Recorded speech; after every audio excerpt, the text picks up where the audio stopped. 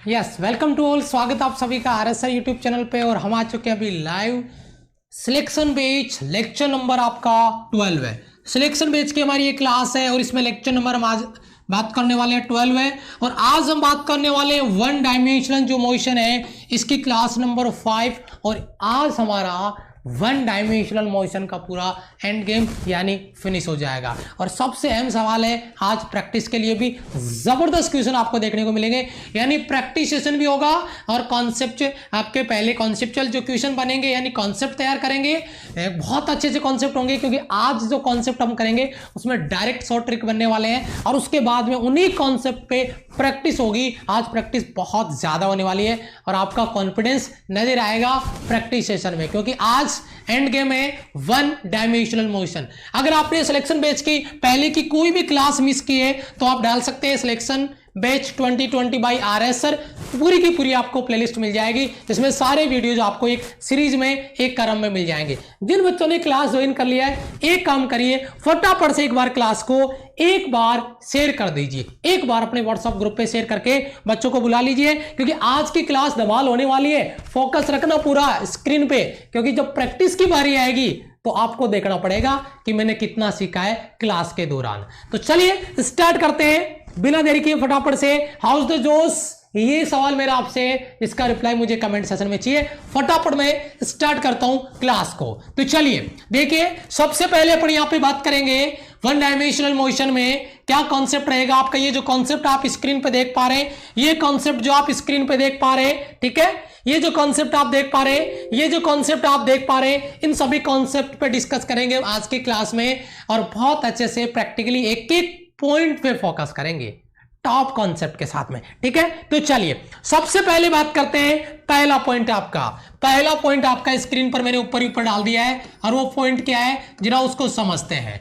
Point है, जब एक वस्तु ऊपर की ओर प्रक्षेपित की जाती है, body is projected vertically upward direction में, यानी वर्टिकली अपवर्ड अगर किसी ऑब्जेक्ट को प्रोजेक्ट किया जाए, उसको फेंका जाए, तो वहां पे क्या कॉन्सेप्ट आपको देखने को मिलेगा। तो जरा पॉइंट पे नोट करना, जो पॉइंट यहां पे वो पॉइंट आपके दिमाग में स्कैन होना चाहिए बिल्कुल आराम से। ध्यान दीजिए, अगर ऑब्जेक्ट को ऊपर की ओर प्रोजेक्ट किया जाता है तो सबसे पहली चीज प्रारंभिक स्थिति, इनिशियल जो पोजीशन है उसको ओरिजिन पे ले लिया जाएगा, मूल बिंदु पे मान लिया जाएगा। और अहम सवाल, गति की दिशा ऊर्ध्वाधर ऊपर की ओर यानी धनात्मक लेंगे तो v बराबर 0 हो जाएगा। अहम सवाल, सर ये लाइन हमें पढ़ के क्यों बता रहे हो? मेरा सवाल यह है, जब किसी ऑब्जेक्ट को ऊपर की तरफ प्रोजेक्ट किया जाएगा, फेंका जाएगा इस तरीके से, तो जहां से फेंका जाएगा उसका इनिशियल वेलोसिटी तो 0 नहीं हो सकता, लेकिन वो किसी ऊंचाई पे ऊपर जाने के बाद वापस जब नीचे की तरफ गिरेगा तो अधिकतम ऊंचाई पे उसका अंतिम वेग, अगर अधिकतम ऊंचाई की बात करूं, मैक्सिमम हाइट की बात करूं, तो वहां पे v बराबर 0 हो जाएगा। उच्चतम बिंदु पे मैक्सिमम हाइट पॉइंट पे आपका वेलोसिटी 0 है। और सबसे अहम सवाल, अगर मैं एक्सेलरेशन की बात करूं, ये बहुत अहम सवाल है, इस पे थोड़ा सा फोकस करिएगा। अगर मैं एक्सेलरेशन की बात करूं, बेटा एक्सेलरेशन ड्यू टू ग्रेविटी हमेशा नीचे की तरफ लगता है और आपने ऑब्जेक्ट को ऊपर की तरफ फेंका है, तो यहां पे जो एक्सेलरेशन ड्यू टू ग्रेविटी का जो चिन्ह आएगा त्वरण का, वो माइनस आएगा, क्योंकि ऑब्जेक्ट ऊपर जा रहा है और गुरुत्वीय त्वरण नीचे लग रहा है, तो यहां पे जी का वैल्यू नेगेटिव आएगा। ये चीज आपके दिमाग में होनी चाहिए। जब न्यूमेरिकल करेंगे ना तो ये कॉन्सेप्ट बहुत काम में आएगा। अर्थात त्वरण नीचे की ओर लग रहा है जबकि गति ऊपर की ओर हो रही है। तो ये जो कॉन्सेप्ट मैंने आपकी स्क्रीन पर डाला है, इसको समझने का मतलब एक ही है कि अगर किसी ऑब्जेक्ट को ऊपर की तरफ प्रोजेक्ट करेंगे तो भैया सीधी सी बात है, अधिकतम ऊंचाई पे वेग 0 मान लिया जाएगा, इनिशियल वेलोसिटी कुछ ना कुछ उसको दिया जाएगा और अहम सवाल जी नेगेटिव आएगा। जी कैसा आएगा बेटा? नेगेटिव आएगा।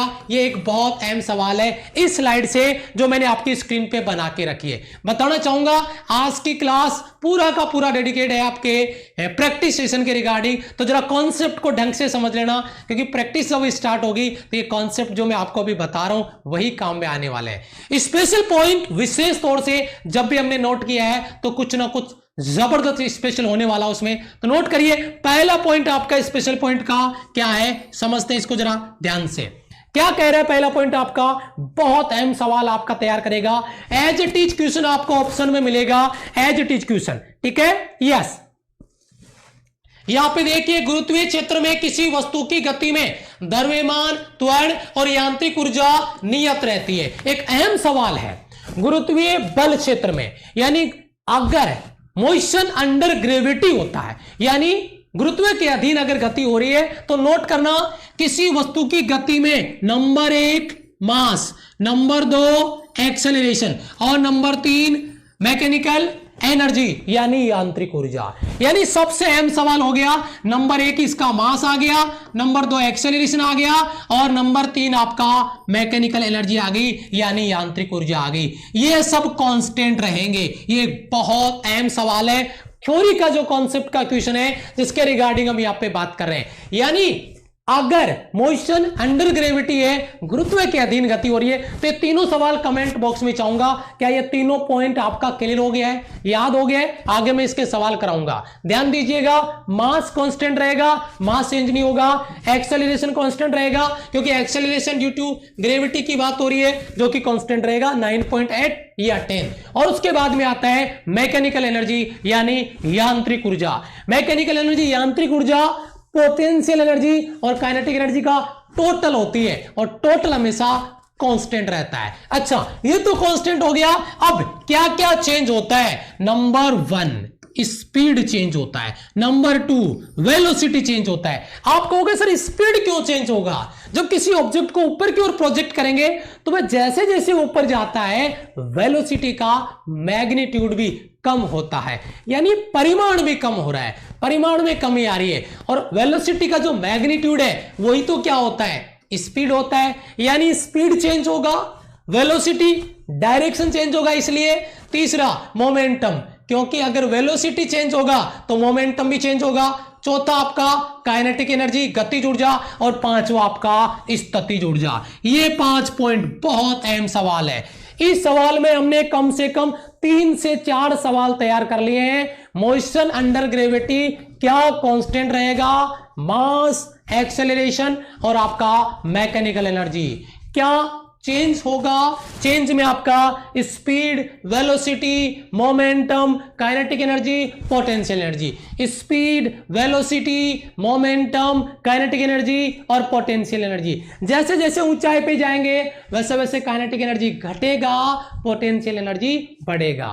अधिकतम ऊंचाई पे काइनेटिक एनर्जी मिनिमम और पोटेंशियल एनर्जी मैक्सिमम। तो इस प्रकार ये 5 क्वांटिटी है वो चेंज होगी और 3 क्वांटिटी आपकी कांस्टेंट रहेगी। यहां से एक बहुत अहम सवाल बनने वाला है जिसके रिगार्डिंग यहां पे अपन बातें कर रहे हैं। मेरे हिसाब से इस स्लाइड से किसी का कोई डाउट नहीं है। ठीक है बेटा, क्लियर है?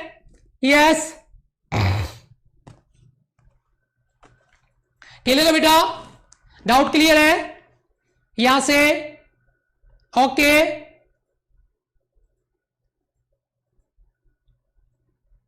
Yes, okay. देखिए यहां पे चलते हैं थोड़ा सा आगे। दूसरा पॉइंट आपका, दूसरा पॉइंट क्या है? दूसरा पॉइंट आपका जो स्क्रीन पे आ रहा है जिसके रिगार्डिंग अपन यहां पे बात करें, वस्तु की गति द्रव्यमान पे निर्भर नहीं करती है। बहुत अहम सवाल है, जबरदस्त सवाल बनेगा यहां से, क्वेश्चन बनेगा। अभी मैं आपको एक आगे प्रैक्टिस क्वेश्चन दूंगा, तो इस सवाल को नोट करिए अपने दिमाग में। एज इट इज कॉन्सेप्ट आपका वहां पे मिलेगा। क्या कॉन्सेप्ट है? वस्तु की गति द्रव्यमान पे निर्भर नहीं करती है, यानी जो ऑब्जेक्ट का मोशन है डज नॉट डिपेंड्स ऑन मास, यानी मोशन ऑफ ऑब्जेक्ट है डज नॉट डिपेंड्स ऑन मास। जो ऑब्जेक्ट का मोशन हो रहा है, गति हो रहा है, वो कभी द्रव्यमान पे निर्भर नहीं करता। एग्जाम्पल क्या है? एग्जाम्पल समझे, यानी गति के किसी भी समीकरण में, कोई भी समीकरण लो, उसमें भाई साहब मास जो है ना वो अंडरग्राउंड रहता है। कोई भी इक्वेशन उठाओ वहां पे मास आपको गति के इक्वेशन में नहीं मिलेगा। इसका मतलब यह हुआ कि वहां पे मास नहीं है, इसीलिए भारी वस्तु और हल्की वस्तु दोनों वस्तुओं के लिए समान ऊंचाई से गिराने पर जमीन पर एक साथ पहुंचती है और उनका वेग भी समान होता है। 2 सवाल इस स्पेशल पॉइंट नंबर 2 से फिर से तैयार कर लो आपके दिमाग में। फिर से तैयार कर लो, अगर अलग अलग द्रव्यमान की वस्तुएं समान ऊंचाई से गिराई जाती है, अलग अलग द्रव्यमान की वस्तुएं, मेरे पास दो ऑब्जेक्ट हैं जिनका मास अलग अलग है, इसको मैं बराबर हाइट से यहां से गिरा रहा हूं, ठीक है, इसका मास अलग है, इसका मास अलग है। अगर मैं इसको गिरा रहा हूं तो जब ये जमीन पे जाके गिरेगा, पृथ्वी पे जाके गिरेगा, तो भैया वो एक साथ पृथ्वी पे पहुंचेगी। पहली चीज नोट करिए, एक साथ पृथ्वी पे आएगी और उनका वेलोसिटी यानी वेग भी दोनों का क्या होगा, एक समान होगा, वेग भी बराबर होगा और क्या होगा, एक साथ पृथ्वी पे पहुंचेगी, क्योंकि जो आपका मोशन है वो मास पे डिपेंड नहीं करता है। आपके दिमाग में चल रहा होगा, बोला सर गिरा के दिखाओ प्रैक्टिकली, तो भैया वो पॉसिबल अभी नहीं है, वो आप प्रैक्टिकल खुद करके देख सकते हैं, मैं करके नहीं बताऊंगा, इसके साथ में तो बिल्कुल भी नहीं, ठीक है। तो पॉइंट नंबर 2 से 2 क्वेश्चन, मोशन अंडर ग्रेविटी के लिए जो ऑब्जेक्ट है उसके मास पे डिपेंड नहीं करेगा, द्रव्यमान पे निर्भर नहीं करेगा, यानी अलग अलग द्रव्यमान की अगर दो वस्तुएं किसी ऊंचाई से, समान ऊंचाई से गिराई जाती है तो एक साथ अर्थ सरफेस पे पहुंचेगी और सेम वेलोसिटी के साथ पहुंचेगी। इसके रिगार्डिंग अभी 2 क्वेश्चन में आपको क्लास में आगे प्रैक्टिस करवाने वाला हूं। यहां तक क्लियर है बेटा? क्लियर बेटा यहां तक? Yes sir. एक बार सभी बच्चे कमेंट सेक्शन में यस सर लिख दीजिए, मजा आ जाएगा। और जिन बच्चों ने लाइक नहीं किया है या लाइक करना भूल गए, भैया लाइक कर दिया करो क्लास में आते ही, और शेयर हो सके, लगे आपको कि शेयर कर देना क्लास को तो शेयर भी कर दिया करो, क्योंकि आपका ये प्यार और सपोर्ट यूं ही बना रहेगा, हम यूं ही मेहनत करते रहेंगे, ठीक है। चलिए तीसरे पॉइंट पे बात करते हैं। तीसरा पॉइंट बहुत ही इंटरेस्टिंग है, जो अभी मैंने आपका जो कंडीशन 2 में मैंने डिस्कस किया कि h ऊंचाई तक पहुंचने में लगा समय, अगर किसी ऑब्जेक्ट को ऊपर की ओर फेंकेंगे तो h ऊंचाई तक जाने में लिया गया समय √2h बट्टा जी, फिक्स है, फिक्स फॉर्मूला, बना के देख लो टाइम t के लिए निकाल के। दूसरा, अगर स्थिति 1 से h ऊंचाई से उसको गिरने में लगा समय, यानी √2h बट्टा जी, मतलब क्या हुआ, ये अपवर्ड डायरेक्शन है और ये डाउनवर्ड डायरेक्शन है, tu अपवर्ड, ऊपर जाने में टाइम अधिकतम ऊंचाई पे 2h बट्टा जी, अधिकतम ऊंचाई से जब वापस आ रहा है तो वापस आने में लिया गया टाइम डी फॉर डाउन।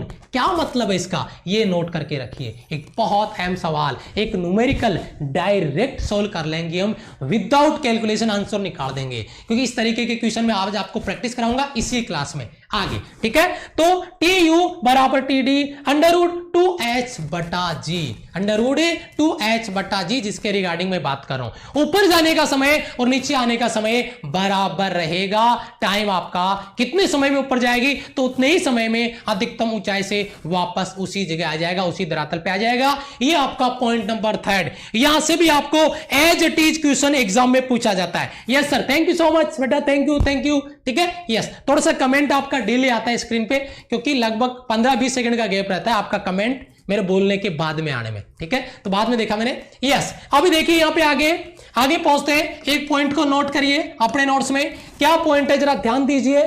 अतः गुरुत्वीय क्षेत्र में, यानी जो आपका ग्रेविटेशनल फील्ड आपको दिया गया है, उसमें गति में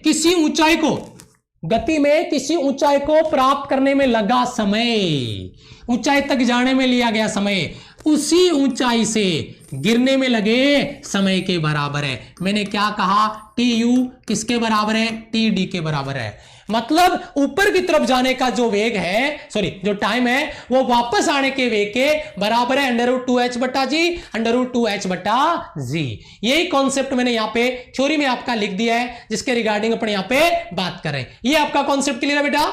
ओके, यस, ये कॉन्सेप्ट मैंने बता दिया, और ये द्रव्यमान पे निर्भर नहीं करता। ये चीज मैंने शायद मिस कर दी है, ये स्लाइड मैंने मिस कर दिया है। ये स्लाइड एक बार मैं आपको बता दूं, ये स्लाइड पीछे रह गया था, ये स्लाइड भी देख ले। संवेग, मोमेंटम, काइनेटिक एनर्जी और पोटेंशियल एनर्जी मास पे निर्भर करते हैं। ये मास पे निर्भर करेंगे, ये जहां पे बताया गया था आपको, ये मैंने बताया कि वस्तु के द्रव्यमान पे निर्भर नहीं करते, यानी समीकरण में मास नहीं आता। भारी वस्तु, हल्की वस्तु एक साथ समान ऊंचाई पे समान समय पे पहुंचेगी, यानी वो मास पे डिपेंड नहीं करेगा। लेकिन अगर अपन यहां पे बात करते हैं, मोमेंटम मास पे डिपेंड करेगा, काइनेटिक एनर्जी मास पे डिपेंड करेगा, पोटेंशियल एनर्जी मास पे डिपेंड करेगा। यह कहा गया था कि वस्तु को जब गिराएंगे तो इक्वेशन कोई भी है उसमें मास नहीं आता है, इसीलिए यहां पे यह बता दिया गया आपको कि उनका वेग समान होगा, एक साथ पृथ्वी पे पहुंचेगी। चाहे कोई भारी वस्तु हो, चाहे कोई हल्की वस्तु हो, एक साथ जमीन पे पहुंचेगी। ठीक है, और उसी कॉन्सेप्ट से ये आया, लेकिन मोमेंटम मास पे डिपेंड करेगा,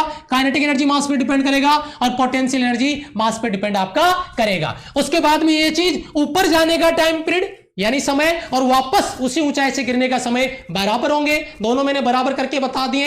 ये कंडीशन यहां पे मैंने आपको नोट करवा दी है, √2h बटा जी। ठीक है, ये मैंने पूरा रिवाइज कर दिया पॉइंट नंबर 3 तक। ठीक है बेटा, क्लियर है यहां तक? यस, अब आगे चलते हैं। क्वेश्चन भी होंगे बेटा, अभी क्वेश्चन तैयार हो जाओ आप। ये जो अभी कॉन्सेप्ट क्लियर कर रहे हो ना, इन सब का यूज अभी आने वाले कॉन्सेप्ट में होने वाला है, प्रैक्टिस में होने वाला है। आज ही होगी प्रैक्टिस, इसी क्लास में होगी। ठीक है, ये पॉइंट देखिए, क्या पॉइंट आपका, पॉइंट नंबर 4। यदि कोई वस्तु ऊर्ध्वाधर ऊपर की ओर बिल्कुल वर्टिकल अपवर्ड डायरेक्शन में प्रोजेक्ट की जाती है, ऊर्ध्वाधर ऊपर की ओर h ऊंचाई तक पहुंचती है, h ऊंचाई तक पहुंचती है, तो स्थिति 2 से सेकंड कंडीशन जो हमारी थी पॉइंट की, उसे u बराबर √2gh। यदि वस्तु h ऊंचाई से मुक्त रूप से नीचे गिरती है, अगर h ऊंचाई से मुक्त रूप से नीचे की ओर गिरती है, तो स्थिति 1 से v बराबर √2gh। क्या मतलब है सर इसका? मतलब एक ही है, उसी सवाल को घुमा फिरा के लैंग्वेज चेंज करके आपको दे दिया है। क्या कॉन्सेप्ट दिया जा रहा है जिसके रिगार्डिंग अपन यहां पे बात कर रहे हैं? क्या कॉन्सेप्ट आपका जिसके रिगार्डिंग हम यहां पे बात कर रहे हैं वो क्या है? v बराबर √2gh। अधिकतम ऊंचाई पे आपका जाने के लिए √2gh और वापस गिरने के लिए √2gh। समझ रहे हो क्या?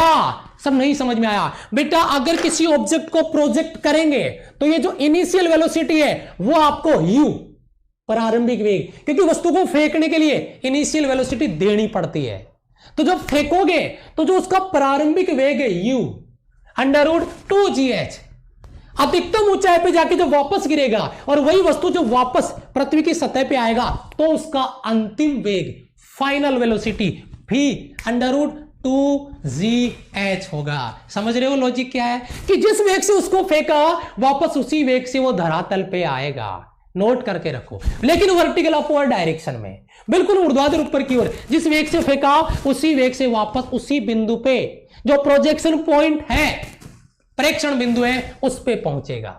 ये न्यूमेरिकल आपका डायरेक्ट प्रैक्टिस कराऊंगा इसी क्लास में आगे, क्योंकि जितने भी कॉन्सेप्ट किए हैं मैंने उन सबके आज मैंने यहां पे क्वेश्चन आपके बना के डाले हैं। ठीक है, तो मेरे हिसाब से पॉइंट नंबर 4, यहां पे जो वेलोसिटी दिया जाएगा u वो √2gh, और वापस आएगा यहां पे जो v अंतिम वेग वो भी आपका √2gh रहेगा। मेरे हिसाब से ये तीनों कॉन्सेप्ट आपके क्लियर है। यस सर शाम में कब ऑनलाइन आते हैं? शाम को बेटा 6 PM पे। ठीक है, यस। अब देखिए आगे आपका कॉन्सेप्ट है जिसके रिगार्डिंग अपन बात कर रहे हैं, उनको बोलो क्लास के बाद में बात करेंगे। ठीक है, उसके बाद में देखिए इसी से रिलेटेड मैंने एक चीज नोट किया है। क्या नोट किया है जरा देखिए। अतः गुरुत्वीय क्षेत्र में गति करने के लिए जिस साल से कोई वस्तु ऊपर की ओर प्रक्षेपित की जाती है, जिस साल से वस्तु ऊपर की ओर प्रोजेक्ट की जाती है, उसी चाल से वस्तु उसी बिंदु पे वापस लौट के आती है। यानी लास्ट वाला जो कॉन्सेप्ट था उसी का क्या है, ये थ्योरी मैंने बना के इधर डाल दिया है। ठीक है, यस बेटा, क्लियर है? क्लियर है बेटा? यस, वापस वही चीज है जो आपने इनिशियल वेलोसिटी दिया और जो वापस आएगा वहीं पे, तो वही इनिशियल वेलोसिटी फाइनल वेलोसिटी होगा, अंतिम वेग होगा। ठीक है, ये बात आपको याद रखनी है। चलो एक एग्जांपल आपकी स्क्रीन पर आ गया है जिसके रिगार्डिंग अपन यहां पे बात कर रहे हैं। ठीक है, इसके रिगार्डिंग अपन यहां पे बात कर रहे हैं। एक आपका एग्जांपल मैंने स्क्रीन पर डाल दिया है, जरा इसको देख के समझे, मजा आ जाएगा फटाफट, जबरदस्त। यस, फटाफट से देखें इसको, बहुत जबरदस्त क्वेश्चन आपका। जल्दी से इसको कैलकुलेट करें, जल्दी से मुझे आंसर चाहिए फटाफट। 361 बच्चों ने लाइक प्रेजेंट लगाई है, लाइक करके, क्या बात है।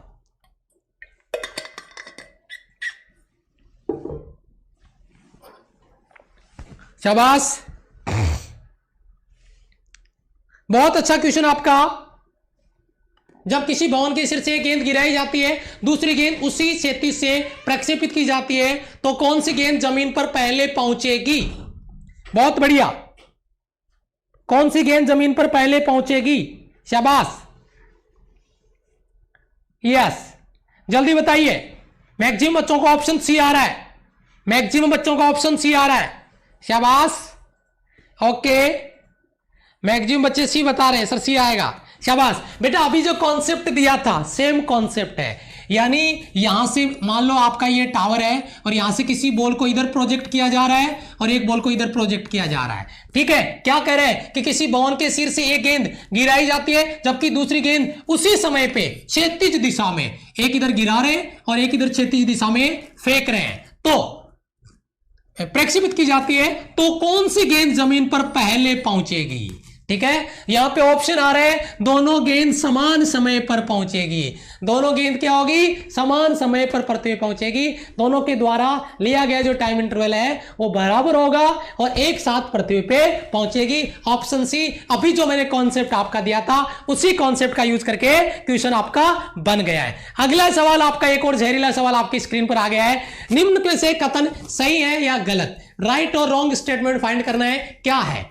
भिन्न भिन्न द्रव्यमान की दो गेंद समान चाल से ऊपर की ओर प्रक्षेपित की जाती है तो गिरते समय प्रक्षेपण जो बिंदु आपका जो प्रोजेक्शन पॉइंट है उससे गुजरने पर इनकी चाल समान होगी। यह कह रहा है कि जब फेंका जाए समान चाल से तो जो वापस उसी प्रोजेक्शन पॉइंट पे आए तो उनकी चाल समान होगी, ये कह रहा है। तो ये स्टेटमेंट राइट है, रॉन्ग है, या कंडीशन पर डिपेंड करेगा या नन ऑफ दिस। फटाफट मुझे इसका आंसर कमेंट सेशन में चाहिए, जल्दी से, शाबाश।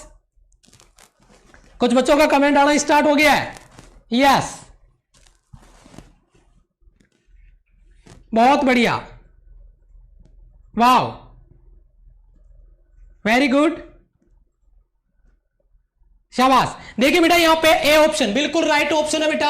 अभी मैंने आपको बताया था जिस वेग से फेंकेंगे उसी वेग से वापस वहां पे वो पहुंच जाएगी, यानी प्रोजेक्शन वेलोसिटी और जो फाइनल वेलोसिटी है, अंतिम वेग है, वो दोनों बराबर होते हैं। राइट बोल रहे हैं, then option A will be right answer. ये स्टेटमेंट आपका ट्रू है। बहुत ही अच्छा क्वेश्चन है। अगला सवाल आपका स्क्रीन पर फिर से आया है। क्या सवाल है, एक व्यक्ति किसी चोटी से यू वेग से एक पत्थर को ऊर्ध्वाधर ऊपर की ओर और दूसरे पत्थर को समान चाल से समान ऊंचाई से ऊर्ध्वाधर नीचे की ओर प्रक्षेपित करता है तो जमीन पे टकराते समय उनके वेगों का अनुपात क्या होगा। जब जमीन पे वो टकराएंगे तो उनके वेगों का अनुपात क्या होगा। Yes sir, does not depends on mass. Yes, क्या बात है, मास पे डिपेंड नहीं करेगा बेटा। अभी पीछे कॉन्सेप्ट बता के आ रहा हूं भाई, अभी क्लास में आए होंगे आप, अभी पीछे बता के आ रहा हूं यार, ठीक है। यस, बहुत बढ़िया, जल्दी बताइए। बहुत ही अच्छा क्वेश्चन आपका, बहुत ही अच्छा क्वेश्चन है, जल्दी बताइए। यहां पे बच्चे कंफ्यूज हो गए। यस, आप पे बच्चे कंफ्यूज हो गए बेटा, जल्दी बताइए, टाइम कम लेना है, शाबाश। ओके, सी क्या है, 1:1, शाबाश, वेरी गुड बेटा। एक ही चीज है, इसने कहा कि एक मीनार की चोटी से यहां से यू एक से किसी वस्तु को एक वर्टिकल अपवर्ड डायरेक्शन में फेंकता है और दूसरे पत्थर को समान चाल से, सेम इनिशियल वेलोसिटी से, समान ऊंचाई से ऊर्ध्वाधर वर्टिकल डाउनवर्ड डायरेक्शन में, यानी ऊर्ध्वाधर नीचे की ओर फेंक देता है। तो भैया जब वो जमीन पर टकराते समय, जब जमीन पर टकराएंगे तो उनके वेलोसिटी रहेगा सेम, v²u² + 2as या 2gs, जैसा भी आप बोलो, जी ले रहे हो यहाँ पे अंडर मोशन, जो मोशन आपका अंडर ग्रेविटी है, तो v² यहाँ पे थर्ड इक्वेशन का अगर आप यूज भी करोगे, v²u² + 2as से सोल्व कर दोगे तो आपका जो अंतिम वेग है वो यही रहेगा, u² + 2as। बेटा सिंपल सा लॉजिक है। एक ही चीज मुझे बताइए, एक ही जगह मैं यहां पे जी कर देता हूं। अब मुझे बताओ, पहले जो बॉल फेंकी उसके लिए प्रारंभिक वेग u है, तो दूसरे के लिए भी उसने सेम स्पीड दिया है, यानी u और u सेम है, जी सेम रहेगा दोनों में, कोई दिक्कत नहीं है, दोनों जो कंडीशन उसमें। और s भैया दूरी दोनों बराबर तय करेगी समान समय अंतराल के लिए, यानी उस कंडीशन में दोनों का वेग जब वो पृथ्वी पे टकराएंगे तो समान होगा। Option C will be right answer, 1:1, option C will be right answer, ठीक है। यस, बहुत अच्छा क्वेश्चन था।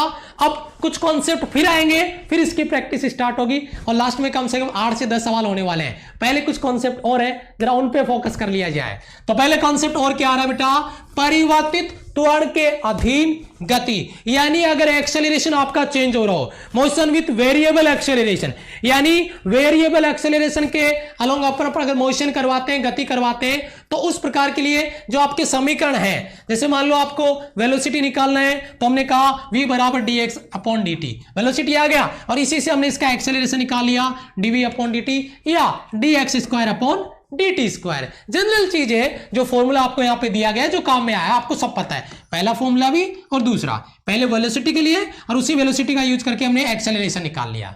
उसके बाद में अगर अपन बात करते हैं, ये बहुत अहम सवाल है भैया, रिलेटिव वेलोसिटी का बहुत ही जबरदस्त न्यूमेरिकल बनता है। लाइक करना भूल गए तो लाइक बटन दबा देना, अगर नहीं कर रहे हो तो भाई अन्याय कर रहे हो अपने आपके साथ और मेरे साथ। अगर क्लास को एंजॉय करो, लाइक बटन दबा दो फटाफट से, जल्दी से, और जो नहीं बच्चे हैं वो सब्सक्राइब करके बेल आइकन जरूर से प्रेस करें। नोटिफिकेशन का पंगा चल रहा है, यूट्यूब का नहीं पहुंचता है, तो सब्सक्राइब करके बेल आइकन जरूर चेक कर लेना अपना दबाया कि नहीं दबाया। उसके बाद देखिए रिलेटिव वेलोसिटी, ये सापेक्षिक जो वेग है वो क्या है, मतलब एक चीज है, एक ऑब्जेक्ट का दूसरे ऑब्जेक्ट के साथ मोशन, एक ऑब्जेक्ट का दूसरे ऑब्जेक्ट के साथ गति कंपैरिजन में। तो उसी के अलोंग मैंने कुछ पॉइंट यहां पे डाले। पहला, कोई भी वस्तु पूर्ण विराम या पूर्ण गति अवस्था में नहीं हो सकती, ये एक्सेप्शन है, अपवाद है, लेकिन इसका कोई अपना कॉन्सेप्ट के रिगार्डिंग कोई सवाल आपका बनता नहीं है। बेसिक चीज है कि पूर्णतः कोई वस्तु रेस्ट में ऐसा नहीं है, पूर्णतः कोई मोशन में ऐसा नहीं है, क्योंकि बोलते हैं आइडियल कंडीशन जो कि पॉसिबल नहीं होती है। उसके बाद में दूसरे पॉइंट पे जरा ध्यान दें, किसी भी वस्तु की गति का अध्ययन वह प्रेक्षक के अंतर्गत संयुक्त गुण है, यानी ये जो मोशन आपका है, रिलेटिव मोशन है आपका, रिलेटिव वेलोसिटी है, वो किसी वस्तु की गति का अध्ययन वह प्रेक्षक के अंतर्गत संयुक्त गुण है, यानी प्रेक्षक देखने वाला कहां पे और जो ऑब्जेक्ट मोशन कर रहा है उसका उसके सापेक्ष क्या कंडीशन है, यही आपका रिलेटिव वेलोसिटी है। यानी प्रेक्षक के सापेक्ष उसमें क्या स्थिति चेंज हो रही है, उसी आधार पर इसको डिफाइन किया गया है। यहां पे आपके कुछ कंडीशंस मैंने डाली है, जहां से सुपर लेवल के फॉर्मूले बनेंगे, सुपर लेवल के न्यूमेरिकल बनेंगे। न्यूमेरिकल अभी मैं प्रैक्टिस आपको कराऊंगा, तो थोड़ा सा ध्यान से फोकस करिए बोर्ड पे, ठीक है बेटा, समझ में आ रहा है,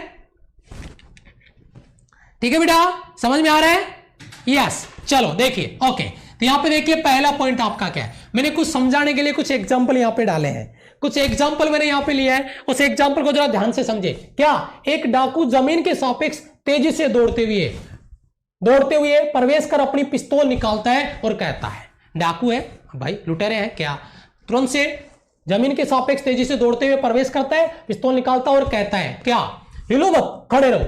यात्री डाकू के सापेक्ष स्थिर रहता है, लेकिन रेल पटरियों के सापेक्ष गतिमान है, यानी जैसे ही वो अंदर आया और उसने उस पर पिस्तौल लगाया और बोला हिलो मत, जो भी सामान है वो निकाल दो, ठीक है, पैसे वगैरह जो भी है वो निकाल दो, तो जो यात्री था, पैसेंजर था, वो तो नहीं हिला।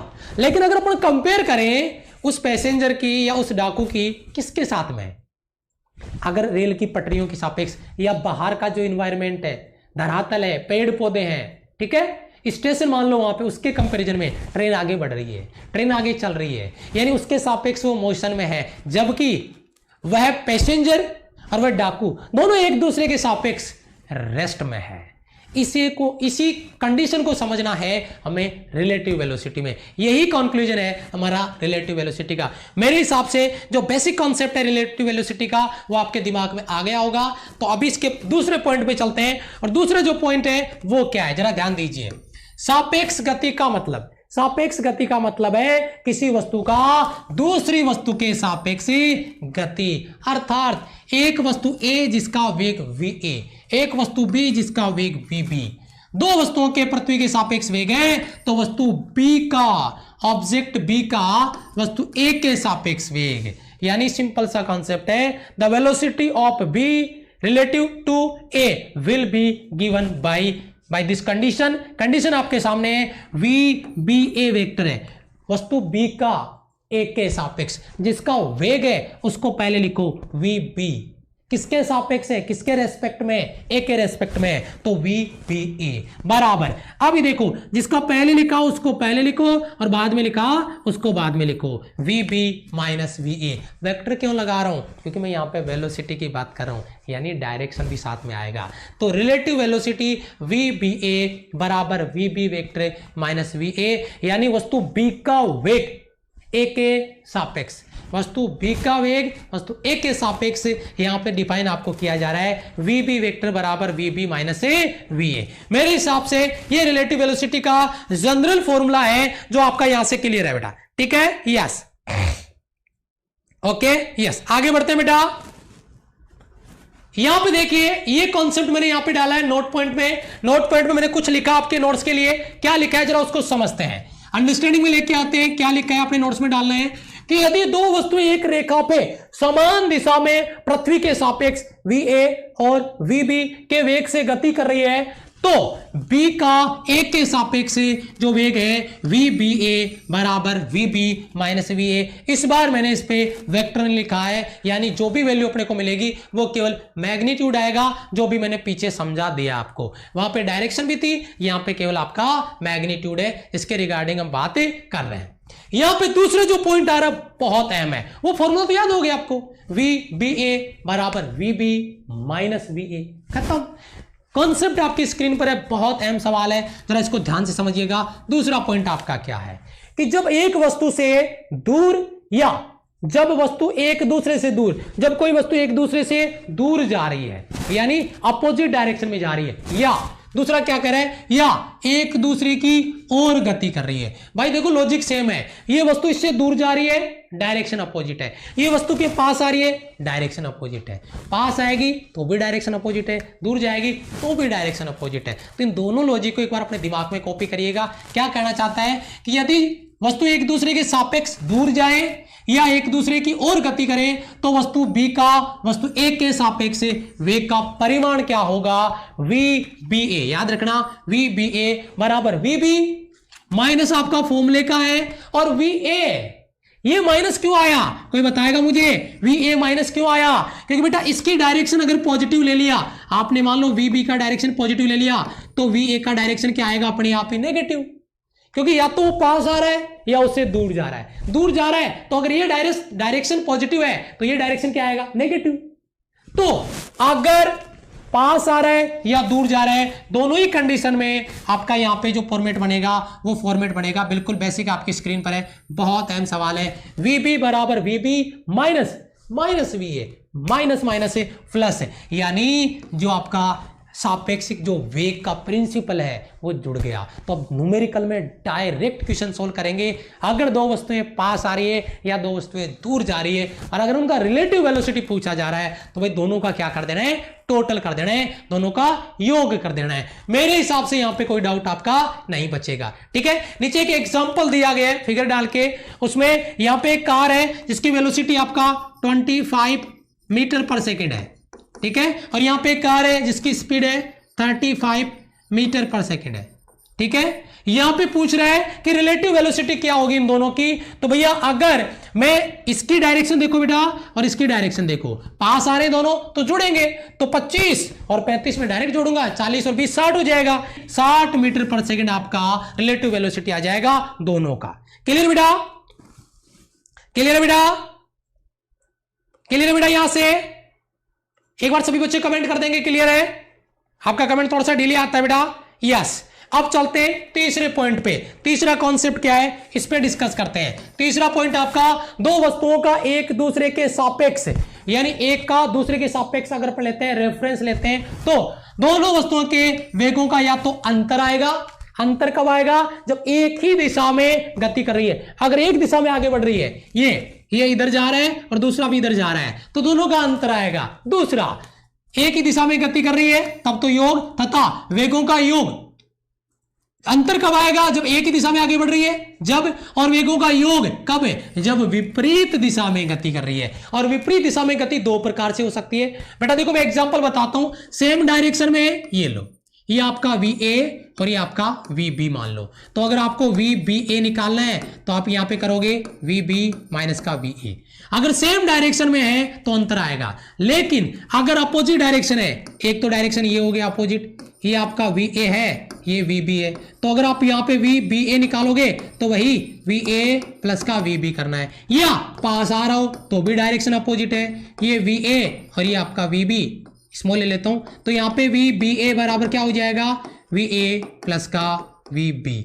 मेरा कहने का मतलब क्या है, ये पॉइंट मैंने क्यों डाला है, मैं इतना कहना चाहता हूं कि अगर कोई ऑब्जेक्ट सेम डायरेक्शन में आगे बढ़ रहे हैं तो उनका रिलेटिव वेलोसिटी में अंतर आएगा दोनों का, और अगर अपोजिट डायरेक्शन में जा रहे हैं, चाहे वो पास आ रहे हो चाहे वो दूर जा रहे हैं, तो उनका टोटल होगा, उनका योग होगा। दोनों फॉर्मूले मैंने यहां पे डाल के आपको बता दिए हैं। ठीक है, आगे देखिए चौथा पॉइंट आपका यहां पे क्या निकल के आ रहा है, ये 3 पॉइंट है, ये चौथा पॉइंट आपका क्या है कि यदि एक व्यक्ति, ये बहुत अहम सवाल है, ये रिवर वाला कॉन्सेप्ट है, बहुत अहम है, यहां से बहुत अच्छे से न्यूमेरिकल आपका बनता है। आपको ऑलरेडी नेवी, एयरफोर्स और एनडीए में यहां से सवाल पूछे गए और आगे भी इसको ध्यान रखिएगा। यदि एक व्यक्ति पानी के सापेक्ष वेग v वेक्टर से तैर रहा है तो पानी और जमीन के सापेक्ष वेग वी आर वेक्टर से बह रहा है, यानी व्यक्ति का वेग है v, एक व्यक्ति पानी के सापेक्ष वेग v से, पानी का जमीन के सापेक्ष वेग V R, R for river याद रख लो, पानी का वेग वी आर, व्यक्ति का वेग v, तो जमीन के सापेक्ष से उस व्यक्ति का वेग वी एम, यानी खुद व्यक्ति तैर रहा है उसका वेग v, रिवर का वेग वी आर। अब उस व्यक्ति का वेग किसके सापेक्ष, जमीन के सापेक्ष वी एम, तैरने का वेग v है, रिवर का वेग वी आर है, लेकिन उस व्यक्ति का जमीन के सापेक्ष, धरातल के सापेक्ष उसका जो वेग है वह है वी एम। ये मैं क्यों बता रहा हूं, क्योंकि खेल यहीं से बनेगा, यही कहानी बनेगी इसकी। बहुत अहम सवाल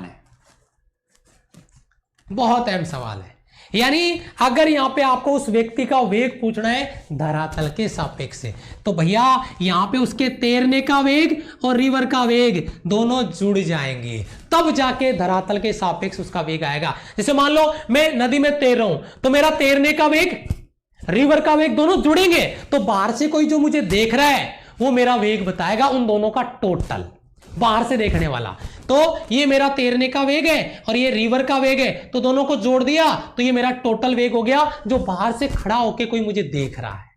बहुत अहम सवाल है, इस सवाल के बजाय ये सवाल याद रखोगे तो इजी याद, ये इसी का ही फॉर्मेट है, लेकिन आपको ये याद रखोगे तो बहुत इजी हो जाएगा, क्योंकि ये प्रैक्टिकली अपने दिमाग में रहता है कि मेरा खुद का जो वेग है ना, यानी जो वी एम है वो मेरे तैरने का वेग और रिवर के वेग के टोटल के बराबर होगा। तो मेरे हिसाब से आपको ये कॉन्सेप्ट आपको अच्छे से क्लियर करना चाहिए, ये वाला जो कॉन्सेप्ट है वो इजी वे में आपको याद हो जाएगा। सभी बच्चे एक बार कमेंट कर दीजिए, ये फॉर्मूला बहुत इंटरेस्टिंग है, यहां से आपका न्यूमेरिकल एयरफोर्स, नेवी और एनडीए तीनों में टच किया जा चुका है, न्यूमेरिकल बनता है बहुत ही अच्छा। ठीक है, उसके बाद देखिए यहां पर भी ये चीज मैंने बताई है, सेम लॉजिक है।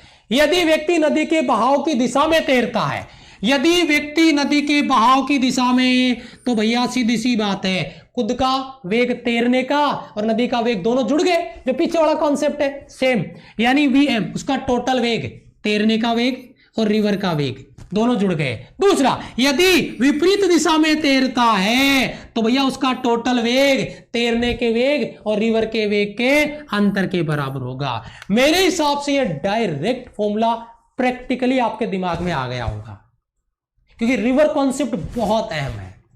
अगर हम नदी के बहाव की दिशा में तैर रहे हैं तो हमारा टोटल वेग वी एम, वी तैरने का वेग और वी आर रिवर के वेग के टोटल के बराबर होगा। और अगर अपना अपोजिट डायरेक्शन में तैर रहे हैं, नदी का बहाव इधर है और हम तैरते हुए उधर जा रहे हैं, तो उस कंडीशन में वी एम बराबर वी माइनस वी आर। दोनों फॉर्मूले सभी बच्चों का क्लियर हो जाना चाहिए, दोनों फॉर्मूले सभी बच्चों का क्लियर हो जाना चाहिए। बहुत इंटरेस्टिंग कॉन्सेप्ट है। एक सवाल आपका स्क्रीन पर आ गया है, फटाफट से जल्दी से देख ले बेटा, जल्दी से देख ले एक बार फटाफट से।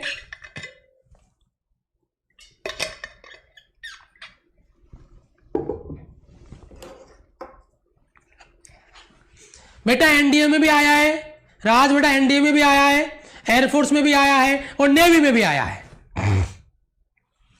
शाबाश, बहुत बढ़िया, 100% क्लियर सर। अभी आपका कमेंट इतना डिले आता है, इतना लेट आपका कमेंट आता है। यस,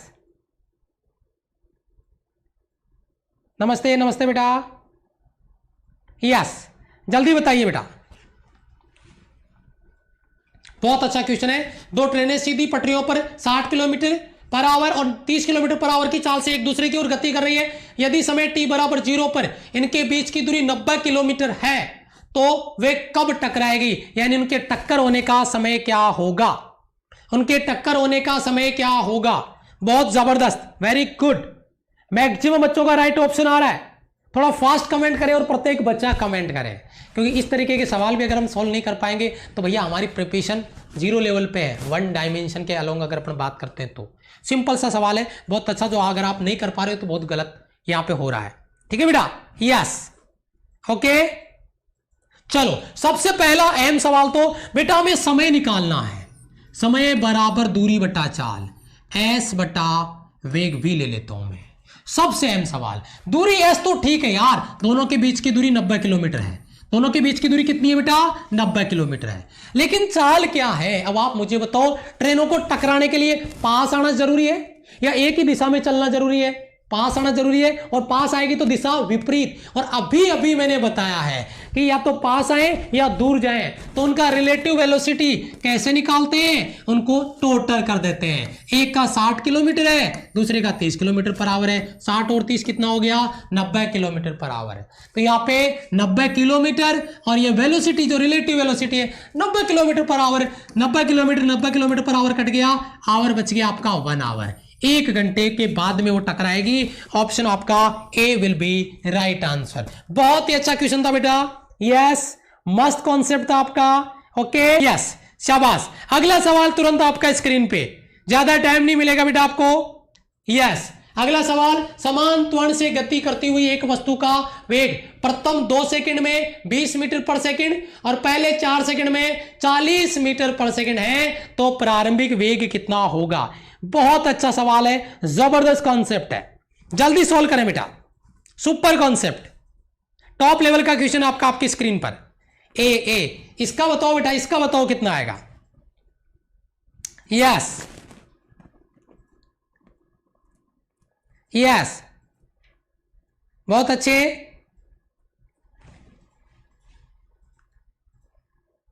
जल्दी आंसर दे बेटा, बहुत अच्छा क्वेश्चन, तुक्का ना लगाएं, कैलकुलेशन करके आंसर दे, क्योंकि जैसे ही आपका आंसर आएगा तुरंत से आपके कमेंट बढ़ जाएंगे फटाफट से। सिलेक्शन बैच में कितने बैच चैप्टर होंगे? सारे चैप्टर होंगे बेटा। ठीक है, यस, ऑप्शन ए पे टारगेट हो रहा है सभी का। ए बेटा, आपको इनिशियल वेलोसिटी निकालना है, तो क्या आप इसका एक्सेलरेशन नहीं निकाल सकते? क्या आप इसका एक्सेलरेशन नहीं निकाल सकते बेटा? बिल्कुल निकाल सकते हैं बेटा। अगर आपने एक्सेलरेशन निकाल लिया तो फिर फर्स्ट इक्वेशन का यूज करके इनिशियल वेलोसिटी निकाल लेंगे। तो पहले एक्सेलरेशन निकालो बेटा। एक्सेलरेशन क्या होता है? Rate of change in velocity, यानी डेल वी बटा डेल टी। वेग में परिवर्तन कितना हो रहा है? कहां से कहां तक बेटा? 20 मीटर पर सेकेंड और बाद में 40 मीटर पर सेकेंड हो जाता है। तो मैं यहां पे कहूंगा 40 माइनस आपका 20 बटा टाइम कितना ले रहा है? T2 माइनस T1, 2 सेकंड था पहले और बाद में कितना सेकंड हो गया? 4। तो मैं ये कहूंगा 4 माइनस 2। तो बेटा यहां पे सोल्व करेंगे 20 बटा 2, यानी एक्सेलरेशन आ गया आपका 10 मीटर पर सेकेंड स्क्वायर। एक्सेलरेशन आ गया तो हम सोल्व कर सकते हैं इसको फर्स्ट इक्वेशन से, v बराबर u प्लस 80 से। अंतिम वेग क्या हो गया बेटा? अंतिम वेग कितना हो गया था पहले 2 सेकंड के लिए? अंतिम वेग 2 सेकंड के बाद में कितना हो गया था? 20 मीटर पर सेकंड। चलो 20 मीटर पर सेकंड बराबर u अपने को निकालना है, बराबर a कितना है बेटा? a कितना निकाला आपने? 10। और t पहले 2 सेकंड के लिए निकाल रहा हूं मैं 4 सेकंड वाला कॉन्सेप्ट नहीं ले रहा हूं, मैं 2 सेकंड वाला कॉन्सेप्ट ले रहा हूं। तो मेरे लिए टाइम कितना है बेटा? 2 सेकंड है। तो ये 10 दूनी 20। तो बेटा 20 बराबर u प्लस 10 दूनी 20, 20 से 20 कट गया, u बराबर क्या आ गया बेटा? 0। यानी इनिशियल वेलोसिटी हमारा आ गया 0। Option A will be right answer, 0 metre पर सेकेंड। आप दूसरा कॉन्सेप्ट लोगे तो फिर उसमें टाइम 4 सेकंड लेना पड़ेगा और वेलोसिटी आपको 40 मीटर पर सेकंड लेना पड़ेगा। इसके लिए, इस इक्वेशन के लिए मैंने पहली कंडीशन ली है, आपने दूसरी से सोल्व किया तो भी आंसर यही आएगा, बस आपको कैलकुलेशन सही से ही करनी है। क्लियर बेटा? अगला सवाल देखिए फटाफट से। अगला सवाल बहुत अच्छा क्वेश्चन आपका, देखिए आपकी स्क्रीन पर ए। चलो ठीक है, अभी तो हो गया। अगले सवाल पे आ जाओ। एक सरल रेखा के अनुदिश एक वस्तु आधी दूरी 10 मीटर पर सेकंड के वेग से तय करती है और शेष आधी दूरी 15 मीटर पर सेकंड के वेग से तय करती है, तो औसत वेग कितना होगा? तो औसत वेग कितना होगा? क्या बात है, सुपर कॉन्सेप्ट है, क्लास के शुरुआत में ही बताया गया था आपको। और प्लस वाले बच्चों को मैंने बहुत अच्छे से प्रैक्टिस करवा रखी है इस सवाल की, आपको भी करवा रखा है। सरल रेखा के अनुदिश वस्तु आधी दूरी 10 मीटर पर सेकंड और शेष आधी दूरी 15 मीटर पर सेकंड से, तो एवरेज वेलोसिटी आपसे पूछ रहा है। शाबाश, 512 बच्चों ने प्रेजेंट लगाया, thank you so much. Like button पे नए बच्चे आए तो भाई सब्सक्राइब करके बेल आइकन जरूर से प्रेस कर देना। और अगर हो सके दिल में आए ये विचार की शेयर जरूर करना चाहिए। अगर लगे आपको कि हाँ मेहनत हो रही है, शेयर करें, सपोर्ट करें, तो शेयर जरूर कर देना क्लास को अपने ग्रुप में, ठीक है। यस, यहां पे क्या आएगा बेटा? ए। पक्का? चीटिंग तो नहीं हो रही है? नहीं सर। बेटा सिंपल आप मुझे बताइए, अगर डिस्टेंस बराबर होती है, पहले आधी दूरी फिर अगली आधी दूरी, जब दूरियां बराबर होती है तो भैया इसका फॉर्मूला सिंपल है, सिंपल सा फॉर्मूला है एवरेज निकालने का। सिंपल फॉर्मूला कहां मिलेंगे?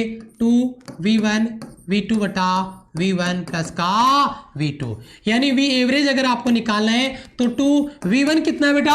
पहले कितना है? 10 और बाद में कितना है? 15। 10 और ये बाद में कितना बेटा?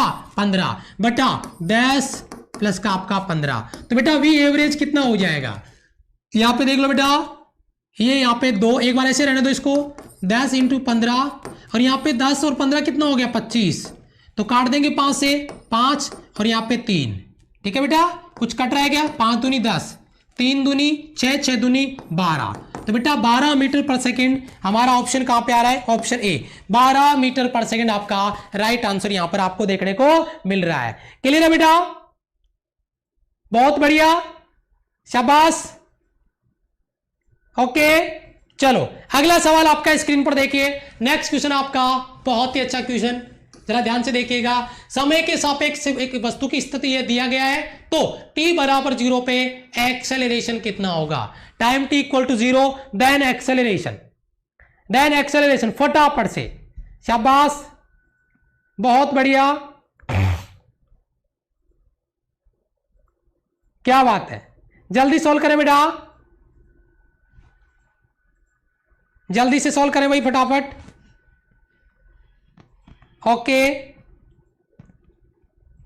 यस सर, मजा आ रहा है सर, थैंक यू बेटा। ओके बेटा, यहां पे देखो सिंपल सी बात है, एक्सेलरेशन निकालना है तो सबसे पहले ये जो डिस्प्लेसमेंट का इक्वेशन है, ये डिस्प्लेसमेंट का इक्वेशन है आपका, डिस्प्लेसमेंट इक्वेशन है, तो हम इससे वेलोसिटी निकाल लेंगे। तो वेलोसिटी कितना आ जाएगा बेटा? देखिए ये हो जाएगा आपका 12t² और उसके बाद में ये हो जाएगा आपका माइनस का 12t और उसके बाद में हो जाएगा आगे 0। वेलोसिटी हो गया। एक्सेलरेशन कितना हो जाएगा बेटा? 24t और ये हो जाएगा आपका माइनस का 12। आपको टाइम t इक्वल टू 0 पे एक्सेलरेशन निकालना है, तो बेटा a बराबर t का वैल्यू 0 रखेंगे तो ये 0 और ये माइनस का 12, यानी a बराबर माइनस का 12 मीटर पर सेकंड स्क्वायर, माइनस का 12 मीटर पर second square. Option A will be right answer. Clear है बेटा सभी का? यस, ओके, वेरी गुड, बहुत बढ़िया। अब इतने सारे बच्चों ने कमेंट किया एक साथ, बहुत बढ़िया, शाबाश, ठीक है, यस। अब देखिए नेक्स्ट क्वेश्चन आपका आपकी स्क्रीन पर, यस, बहुत बढ़िया, जल्दी बेटा नेक्स्ट क्वेश्चन पे आ जाइए, बहुत अच्छा क्वेश्चन आपका। यस, एक वस्तु को किसी वेग से फेंकने पर वह अधिकतम ऊंचाई 100 मीटर पर सेकंड जाती है।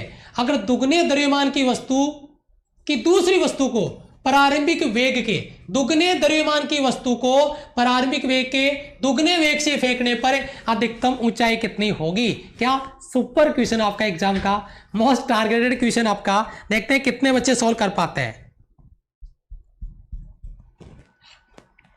यस, शाबाश, जल्दी सॉल्व करें, मजा आ जाएगा, जल्दी सॉल्व करें बेटा। अब बच्चे ये कहेंगे सर सब में आंसर एक ही आ रहा है, क्या बात है सबका आंसर एक ही बढ़ा दिया बोला है। ऑप्शन ए या 3, कुछ बच्चे 3 दे रहे हैं, वो 3 इसलिए दे रहे हैं, अरे भाई मेरे मास सेम है, मास दुगना किया है, तो बच्चे ये सोच रहे हैं कि मास दुगना करने पे क्या फर्क पड़ेगा, लेकिन भाई मेरे वेलोसिटी भी तो चेंज हो रहा है। वेलोसिटी को नहीं देख रहे, वेलोसिटी को नहीं देख रहे बेटा, वेलोसिटी को नहीं देख रहे। अधिकतम ऊंचाई का कॉन्सेप्ट पता है यार, वेलोसिटी को नहीं देख रही भाई।